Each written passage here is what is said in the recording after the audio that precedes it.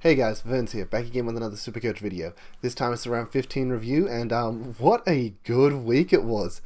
It was actually a great end to our buys, and I can't believe it. It's the best buys we've ever had. As I said earlier, like when we started these buys, originally I didn't have any planning for it, and I only really started planning a couple of weeks ahead, because I feel like every year I get burnt at the buys by getting players trying to work around buys and not the players I want, and it just doesn't work out. So I just decided, stuff it, I'm getting the players I want. It just happened to work out that it was a good buy structure, and then we had two monster weeks which really carried us.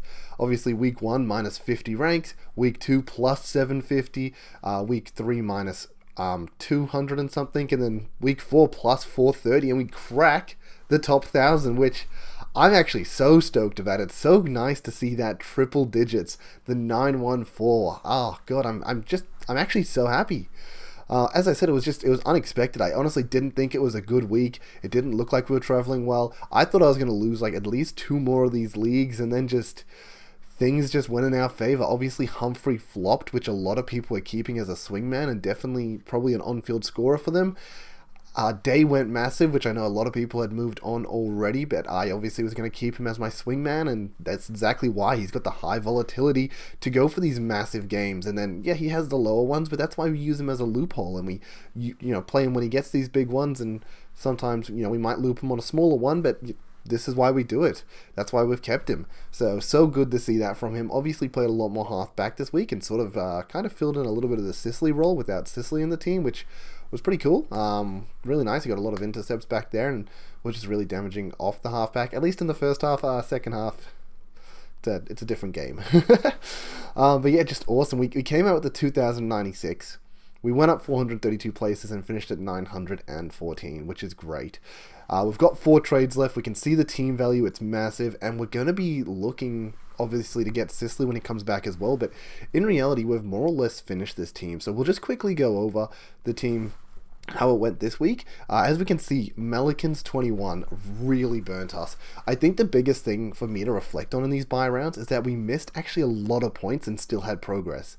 So we know that we were looking at getting Laird, and I was going to move him in before his buy, and then I just decided not to do it because I think, obviously, I forgot who it was, but somebody on the week 1 buy, I feel like, came in, injured themselves on their buy, and then didn't end up playing the next week. And it was one of those things as well that I hate picking up players before their buys, so I decided to hold Weddle and Seamus Mitchell on the round 13 matches in a situation where I had 400k, and I could have gone the Laird, but decided I wanted to hold it and keep the flexibility of what may happen next week on their bye week.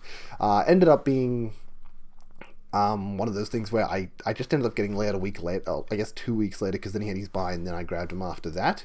And the same thing with Brayshaw. We could have grabbed him last week, but because of the Sicily news, we decided to hold off, and we thought that Oliver would be coming back, and we wanted Oliver as we wanted him as a better player. If Sicily was out, I would have honestly picked Brayshaw regardless, just because of the 1 week of extra games. But then, obviously, with the Sicily news, as I said, it was low percentage of getting off, but I decided to take the risk. So we brought in Laird 1 game later, and we brought in Brayshaw 1 game later. And both those games that we could have brought them in, it was 60 extra points on the week that we had Laird. He got the 156, and the 90 points was our lowest, 95 from like Dawson. So we missed down 60 points there, unfortunately. And then last week we missed down the 77 points from not going for Brayshaw, and we got the 30 points from Ford instead. So we actually left a good 130 plus points on the table in the buys, and yet we still had like a 900 point progression, which was, that's actually insane. I'm so happy with that. This is, as I said, best buys I've ever had, and I'm really keen for the rest of the season because I'm really happy with how the team's looking. Obviously, hindsight's 2020 as well, and we mentioned, for those that I guess didn't listen when we brought in Melican or missed the video, but Melican wasn't someone I wanted to bring in. It was, I'm working, I see the teams that got released, and players that we were expecting to come in didn't come in, and players that were expecting to get named didn't get named, and I had to bring in a player on like the Thursday night right before the Sydney game, and I just decided to get him in because it was just a name I knew, and it was just one of those things that hindsight, somebody that I'd actually listened to earlier from like the Dr. Supercoach podcast, and I know Pistol was very high in Robertson. He's someone that I was more interested in, but just in the, I guess, the scurry of the moment of me needing a player, and I just ended up bringing in Melican. Obviously hindsight's 2020, and he ends up with the 20 points this week. He was down 30 points last week, and we probably left 100 table on the field just because we brought in Melican over one of those other rookies, Sheldrick, Dev, Windhager, which is really unfortunate in that sense too. So there was a lot of room for us to have actually grown this week. A lot more room for us to have grown in that buys. We could have easily gone to a lot more places, but that's me being greedy. At the end of the day, I played it safe. I waited extra weeks to bring in premiums to make sure everything went well, and being a bit safer maybe cost me points overall, which suck.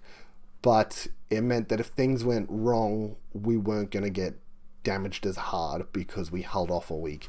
So, look, hindsight's 2020. It was, in my opinion, pretty low risk and what I thought was low reward at the time. So I thought I could basically just chill out, just take the low risk of just holding the players. And even if we did get, make the move, it wasn't going to be that high of a reward. Obviously couldn't see the foresight that it was actually massive gains in those weeks. But yeah, this week we just had our premiums go absolutely off, and we can see it first of all in that defense line. Dacos, Dawson, Stewart, Sinclair, Day, they all had massive weeks, which was so good. Obviously we have Melican, who we had the field as well. So Melican's 21 and Marek's 16 both counted to my score this week. And yet we still went up 432 places. I mean, that's 37 between two players. I was basically almost playing with 16 players at that stage because their scores were so irrelevant. and yet we still had this massive growth in rank. So that was really dope that actually happened at the end of the day. And that was another reason that I just didn't think my score was that good, because I knew I had my 18th and 17th player that were just absolute dud scores. So yeah, it worked out, I guess, a bit better than expected. Obviously, bringing up Dacos, how good is it to once again see the Pies get up? Another close game where the game's on the line. It's just going hectic. There was so many just dire plays as well. Things like Noble's run down tackle. He gets a smother in on like the very next rebound. Like, it just, the extra effort and just like, it was just ecstatic. I loved it. God, so being a Pies supporter at the moment just feels so good. I mean, look, it's stressful because of all these close games that we decide that we want to have, but it just feels so good to get over that hurdle, and it really made me just enjoy my Sunday. It just puts you in a good mood winning those kind of games, and yeah, it felt great. Dacos, we expected to potentially get a Keys tag. We'll talk about these two in sync, Keys and Dacos, but we expected Dacos to actually get a Keys tag, and in my opinion, it didn't happen. Like, I don't know what other people saw in that game, but I didn't see a Keys tag. I even heard the commentators say it at halftime, being like, yeah, Keys been running with Dacos, and I was like, and I think they used the word tag as well, sort of thing, and I was sitting there like, he's not tagging Dacos. Like, running with him, I guess you can say that, but he's not tagging him. It just happens to be that Keys is playing midfield, Dacos is playing midfield, he's his direct opponent, but he's not wearing him like a glove or anything. He's giving him space, and he's playing his own midfield game. The amount of times Keys got in there and got the clearance himself, he couldn't do that if he was tagging Dacos. Like, I understand Dacos is also in the middle, but if he was tagging Dacos is usually waiting outside to get the hand pass out and then make the good decision from there. But Keys is getting in there, being a bull, grabbing the ball, and just clearing it. So, yeah, in my opinion, Keys did not tag Dacos. I don't know if that's just my opinion, or if just when the commentators were saying it, if they were just, I don't know, if they were just confused. If maybe they just weren't paying enough attention, but I personally did not think Keys tagged Dacos at all. Dacos obviously comes out with a great score, which is awesome, and Keys ends up with a great score as well. They both have a great midfield role. Dacos kicks a goal late, which is worth a lot of points. Keys honestly got a lot of clearances, like he really did. He did trigger the hell out of me, and I think he would have triggered out of most Collingwood supporters, and probably a lot of people just watching the game. Just like the disrespect for when that brawl starts, when Cox kicks his second goal, and he just goes to I don't even know the Adelaide defender. He was some no-name, and he's just this little man. Who do you think you are? Honestly, Cox, he gets hulled every time the ball goes inside 50 because no one's big enough to stop him. If they don't hold him down, they can't. And he gets the free, he kicks the goal, and then he just gets in his face, and Keys runs up and fucking pinches his glasses, and you're just like, oh my goodness, Keys, you fucking dog. Like, lucky you're playing Supercoach here, because, like, not even lucky. It's just one of those things that I don't really care if you're a dog in my Supercoach team. At the end of the day, if you're getting me points, you're getting me points.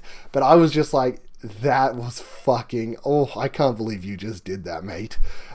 Such a brawl as well. That just...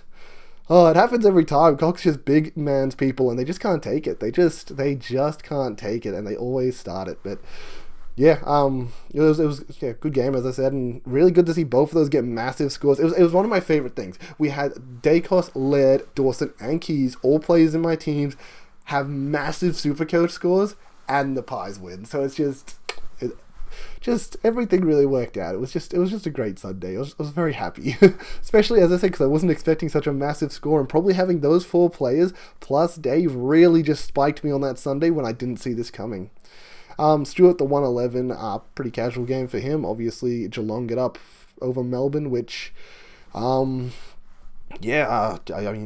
didn't look like they were going to, and then they sort of just tore them apart at the end of that game and managed to run away with it, which was cool.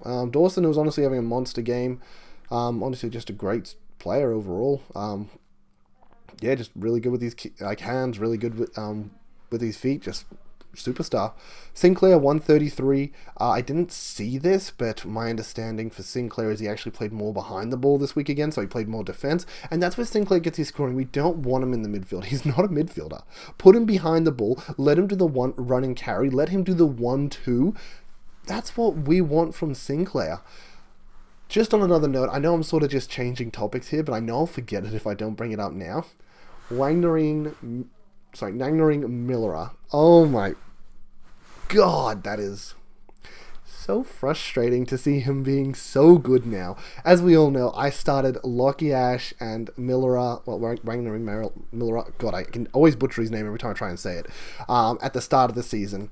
And I get it, it's his second season, and it felt like he was burnt very early, and we just had to end up moving him on because it just wasn't working. And to see him turn it around in like the most recent 5-game stretch where he's got like this 95 average in Supercoach, I'm like, this, we had our minds in the right place. There's a reason we picked this guy. There's a reason we picked Ash. They had great Supercoach roles, honestly, and it just didn't happen at the start of the season. And it might be as simple as, the coach talking to them and telling them to stop burning these players when they're in the positions where they can get the ball and make the aggressive moves. Obviously, Sinclair being a bit more in the midfield means that I guess Miller is getting more kickouts himself. It looks like he got every kickout that I wasn't watching much. I saw the game here and there, but it looked like he gets every kick out at the moment. Like, I would like to see the stat on that, but yeah, it's just we had the right idea at the start of the season. It just didn't come together quite yet, and unfortunately, it's come together now, and they look like they're going to be good picks. Maybe from here on out, maybe they'll be good picks next year, but yeah, just a little frustrating that we had the right idea early and it just didn't work out. Melican, look, we can't really blame Melican for his score. I mean, Sydney pumped 205. That is insane. Obviously, absolutely disgraceful from West Coast. But how is Melican meant to get any points when the ball is not in defense? And then out of... I don't know what his disposal count was. It was probably single digits at disposal count. And I swear half of his disposals were clangers. Or he just gave away free kicks. Like, I don't know what his stats were, but... when he did get near the ball, it just felt like he did everything wrong. And he was like at halftime, I swear, -5 points. And considering that game would have been scaling completely into the first half, that -5 points was extremely hard for Melican to actually get any points off. So he managed to get to a 21, I guess. Can't blame him too much, but it's a little disappointing for us. And Jesus, what a game. Crazy to see the 200. I think everyone really wanted it. And to hear all the just Sydney supporters just kept coming into the stadium. Like, I like the commentator, make the comment that they're all in the local pubs and they see this 200 coming and they're all coming to the stadium to get a part of it. And yeah, it's just really cool to see. Petrarca VC, which we can see we didn't actually take. We actually went for dunks with the 122 and netted ourselves 1 extra point. Doesn't matter too much. One of my league games against my mate Darcy, I mentioned her in a previous video because she had a massive score earlier in the season where she popped the 2600 mark. Actually took her down by 4 points, so she was a bit upset by that, sending me a few messages at Arvo, telling me how bad fucking Weddle and I think Humphrey were. She was not happy at all. But at the same time, I know that she just plays it for fun. So as much as she wasn't happy, I'm sure she was still perfectly happy. Sorry, that didn't really make much sense, but I hope you all get what I'm saying there. She wasn't truly mad. Yeah, Petrarca, he puts out the 121. I expected a good game from him in the sense that, I don't know, just Geelong, I guess, have been giving up a lot of points in their midfield. Clayton Oliver obviously had a really good track record against them, and without Clary there, it did feel like maybe Petrarca would take over there, and I honestly pegged him for sort of a 140 plus score as to why I put the VC on him. Once he didn't get it, honestly, anything less than 130 with Dunkley's current form, I was like, I just have to roll the dice with Dunkley. He's too good, and it just feels like there's no way he doesn't have minimum match track score, which he did. He got the 122, so he basically matched his score. Laird, as we sort of mentioned in the Collingwood game, with close game, a lot of points up for grabs, and he was also just really good. Merrick came out with a good game as well, which was cool, in a game that they ended up losing. I'm pretty sure the Freo it was at the end of the day. Brayshaw came out on his debut with a great game, 129, so he made the correct decision to bring him in instead of waiting for Oliver, because all of a sudden Oliver would have to make up an extra 129 points in 8 weeks. Look, that's a lot of points extra per round. Even if it was over 10 weeks, it's basically 13 points extra. Obviously over 8 it's going to be a bit more, so I think we definitely made the correct play not waiting for Oliver, since we're playing for total points. Johnson obviously came in with a massive game, so got a goal early, I'm pretty sure. Brayshaw actually had the chance to get a goal early, which could have really helped with his scoring as well. I mean, he already had a good score, but yeah, definitely could have helped too. And Johnson was just obviously a superstar as well, and he's really on his way, just making some cash for us. Melican completely stunting his growth does hurt, but if Johnson can keep making cash, as much as I could keep him as a swingman, as we know, I'm going to use him to upgrade to Sicily when he comes back, and then keep Sheasel and Day as swing players, where we can hopefully swing him into the midfield by moving Constable into the midfield, and then just have sorry, I forgot the word I was looking for, but just a player that's not playing to use as our loophole there as well. Obviously, Neil comes out with the 114 as well, so really glad from him. He's been in some good form recently. He's been on good form since, a little bit before his bye, but also at his bye, and a lot of people would have got on him very cheap, and those that got on him after his bye have also just had a really good Neil. Obviously I got Neil a lot earlier in the season. I had the righty 60, I had the ride a few, I think he also got a 78 or something for us as well, so I had to ride some down games, and we got him after his 176 game, so unfortunately he hasn't, he's come back, he's come good eventually, which is great because he's someone that's in our team, but just for those that have gotten him more recently have definitely had a better Neil than what I unfortunately have experienced. Fletcher came in for us, so I mentioned that I just wanted to bring in someone that was playing. I wanted to be a 1 or 2k player, but there just wasn't any on the table at the end of the day, so I had to be looking at more expensive players. For Jack Williams, who's coming through for West Coast, for what I could see, he was just a no-go. Everyone was just saying he is not ready, he is not good enough, do not get him, whatever you do. And so we didn't, and then I'm pretty sure he injured himself real quickly in that game, and just didn't matter. I say Jack Williams, it might have been Jack Bailey, I don't know, I think it was Jack Williams was his name. So good thing we didn't do that. So then we had to look at slightly more expensive players. We had Longman, I think, as well from Brisbane, but obviously being a forward player, Fletcher, I just had a lot of high raps on Fletcher. A lot of things from, obviously, DR was talking high about him, but didn't think he'd be playing, and then Ben from Supercoach Insider was obviously talking big raps and really thought he would keep his spot, but would have to keep playing out of his skin to keep it going forward, but we really just needed him for the 1 week, so it just spoke highly of how good he was as a player, and I thought it just seemed like a safe player to bring in, just for some points on field this week. At the end of the day, the 53 extra points is 53 extra points, and I mean, we already had the 21 and the 16, God, imagine if we only played with 17 players and had that. We really would have just run 15 premiums at the end of the day, but, I mean, Jesus, they were some good premiums. I'm saying premiums. Johnson's getting included in that, because Johnson's being bloody good. Marshall comes with a good score. Awesome. Dunkley we already sort of talked about. And then Goulden smashed it with West Coast. He was so far ahead on points so early. But then I think like so many players scored so high that it's hard to obviously split those points. There's obviously a limited amount of points that can go around, so it's hard for him to, I guess, extend further than that because he had like 5 other players like over 130. So yeah, definitely meant that unfortunately his scoring maybe towards the end of the game the scoring just wasn't worth as much. So as much as he had a massive score early, it got to 164. So we can be very, very happy with that. And I know a lot of people looking at him as captain. I sort of mentioned him only as a VC, and I think a lot of people thought that too. He's just a VC option. He's not a C option. You have to include Dunkley in your loop, and you're never going to put the C on Goulden. I think so. It just wasn't going to happen. Unless you wanted to do like a VC on Goulden and then put like a C on Laird or Dawson if it went wrong. That would have been a great loophole for anyone that did that. So congrats to people that did that. I did see a lot of people actually take tracks 121, so I think they had this similar idea of me. And then, yeah, as I've already sort of spoken about, Keys and Merrick. Look, the funny thing with Merrick is obviously they got pumped by Adelaide by like 130 the week before West Coast did, and he put out a 40-something, and we were like, that's like the worst-case scenario, and he put out a 40, so it can't really get much worse than that. It got much worse than that, and maybe that's just the standard West Coast what Adelaide did to them, and there is much worse that can happen. I mean, 170 point belting, and only the 16 out of him. I mean, he can't be blamed. I mean, at the end of the day, we just wanted him because he was a 102k playing player, so he was cheap and he was going to score us some points.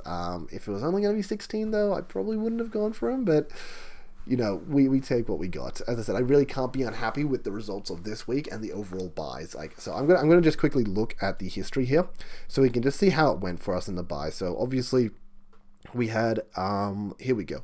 So we were 1,877 coming into the buys, and we finished up at 914, which is awesome. The massive round where we had the 203 in the rankings, where we, as I mentioned, we left 60 points on the table with Laird, which actually would have put us fourth to the rankings, which would have been pretty cool for that week. And then also missing out on the 77 points for Brayshaw this week. But sorry, when I say this week, I mean round 14. But look, as I said, can't be unhappy. We halved our rank.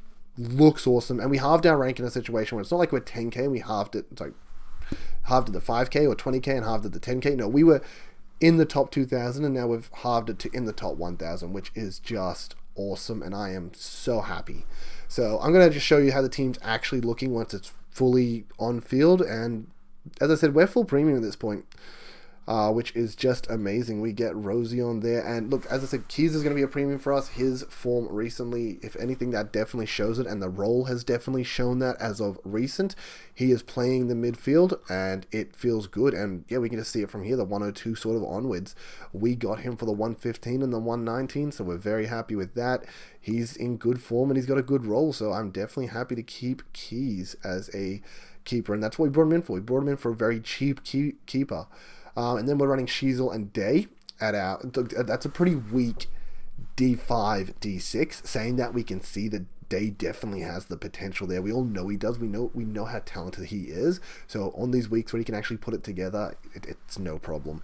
Sheasel, he's been really good in the midfield recently, and hopefully he can keep that up. As I said, these two are going to be my loop because we'll downgrade Johnson. We've got 150k there. We'll upgrade Melican. Swing Constable to the mid, we'll bring in a non-playing player, and then that will allow us to loop Sheasel and Day through the midfield as well. So even when Green has these more down games, because we've definitely seen Green have some down games. So it's a pretty good looking team. I'm pretty happy with how it's looking. Yes, we're running Briggs as a keeper, because he honestly is. He's just, look at that average. He's been insane, so... Absolutely kissed on the dick by the Sean Darcy injury, which is funny to say. Didn't expect that injury to come back with such dividends at the end of the day. So that's been absolutely awesome. But let's look at... Obviously, we're not trading. We're just holding our trades, as I mentioned, until we get Sicily back. Projected scores are now massive because we've got this full premium team. Once we get this Loop and Sicily on field, it's going to be even better because he's going to be the best defender, average-wise, I think, moving till the end of the year. So I'm very happy to be bringing him in at the end when we get that chance. Hopefully Melican can make a little bit more money before then, break even at whatever. Hopefully he can make a little bit more, and Johnson's obviously primed to make plenty. Unfortunately, we don't really have any cover in the ruck line or or the forward line. Obviously, Darcy Cameron was a great pickup for a lot of people that went for the cover in that way, and once you get him there, it allows you to also swing players into the midfield too, which means that you could also have cover that way. So it really just gave you a bit more cover going for that. I was hoping that with the Day and Sheasel and the Sheasel DPP that I could swing him down to the forward line and have cover on all lines but the ruck line. But unfortunately, we just don't have that forward defender to bring in. And for anyone that was actually versing me this week, and they maybe would have seen my team before I ended up changing it, but I did bring in Chris Burgess for my team originally when he was named on the extended bench, because if he got named, like, I just wanted that DPP swing more than anything. If he comes in and plays the one game, I don't care. He plays the one game, scores us some points, that's all good, and then we'll just use him as a swing. But didn't end up being the case. Obviously, as I said, we got the Fletcher 53 instead, so no problem there. I'm pretty happy with that. But just means that we don't have the swing to also, I guess, defend our, bolster our forward line in situations where we need to. But yeah, so looking at this, our captains and vice captains for this week. Look, we have so many premiums in the team. I'm sure you have a plethora of options. I think the best option's obviously going to be, we have to just VC Dunkley. First of all, he needs to be included literally every single week. Second of all, it is Lions at the Gabba against Richmond, who give up points to midfielders. So there's a good chance Dunkley or Neal could come out for a big one. Dunkley's obviously been just a little bit more reliable to put out these scores. I guess maybe Neal you could use in the sense that he has been a bit more up and down in his scoring, so hopefully when it's up you'll get a bit of a higher score, but I think just Dunkley's form speaks too much volume at the end of the day. So yeah, feel free to go between those two, but I think I'll just go for the Dunkley one myself. Oh man, and then we have Adelaide into North. I mean, Laird and Dawson, both great options there. Oh man, Bulldogs into Freo. Freo give up so many points to midfielders. Obviously we have Bont and Libber and not really McRae. He's not really going to be part of my loophole, but I think just Bont's a great option there. Goodness.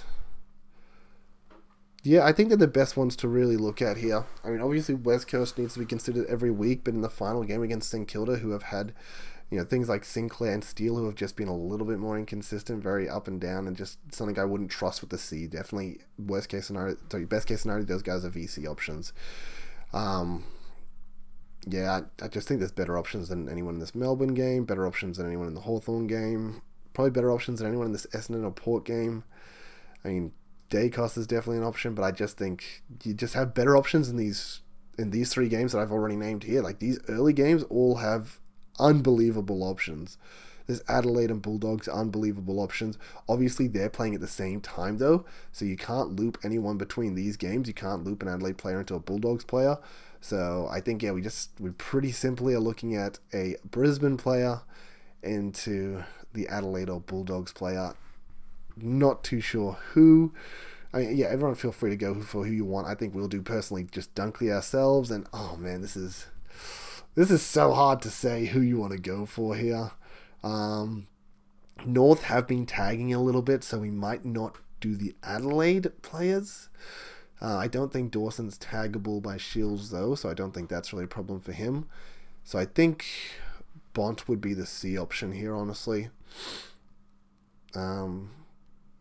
Yeah, no, I think that's what I'll just look at. I mean, look, it feels so cookie cutter going Dunks into Bont, because I feel like that's something that you can just nearly do every week, but this is a week where it's just really, really good for both of them. Like, they're good on just a standard week. They're going to be great this week, so something that we get to look forward to. So really awesome there. And yeah, I guess before we wrap up, I'll just quickly go over the leagues, just for all those that do participate in my YouTube leagues there, just because, well, it's the end of the buys, we're getting towards the end of the season, and just for those that participate, I'm sure everyone wants to see how they went. So this is a league that I really thought I was going to lose against the Kellingwood, but I managed to get up. He had a few extra players than me, but he did actually have he had actually one less player than me. But I thought I was screwed in the sense that I had Day, who had to outscore Whitson Rory Atkins, and I was like, okay, he's got 2 players versus my 1. I probably haven't won here. I didn't realize Atkins was a sub, so he didn't really score at all. And then Witts came with like a 70, and then yeah, Day ended up running away with a 140, and we ended up running away with a win there. So that was pretty nice. Man of Steel obviously has checked out, or he just knew that this week was not his week in regards to like his bye week, so he just chose like, you know, some people just fully load for 1 week and then just accept that they're going to do massive in 3 weeks, especially if you're playing for leagues. You can do massive in 3 weeks and then just lose 1 week of buys, and hopefully that can get you into a good position. But I do think he's maybe checked out, considering he is second last on the table. Baby Brain is my friend Darcy, who I managed to clock by 4 points, and that was nice. Good win in the boys. Fantasy Take TV5, I'm in that league there for the Fantasy Take boys, and I actually ended up dropping this one, unfortunately, to Zingerbox, which put us down to 7th overall, and he's 5th, so higher total points than me, that means, because this league's off total points. He did beat me by 100 points, so yeah, really cleaned me up. And then in Shorty Supercoach number 2, I also got cleaned up by 100 points. Unfortunately, so we dropped down to 3rd because we were top of the ladder until we dropped this, unfortunately. And then finally we have just a public league that I'm in. I think it's when you first sign up, you obviously just get 1 public league that you just instantly put into, and I just never left it, so I'm just crushing sort of that league. So yeah, if anyone that I guess played me this week, we'll look at how they're going overall just for the Vern's YouTube videos. We can see it's pretty close between this 4th to sort of down the 10th.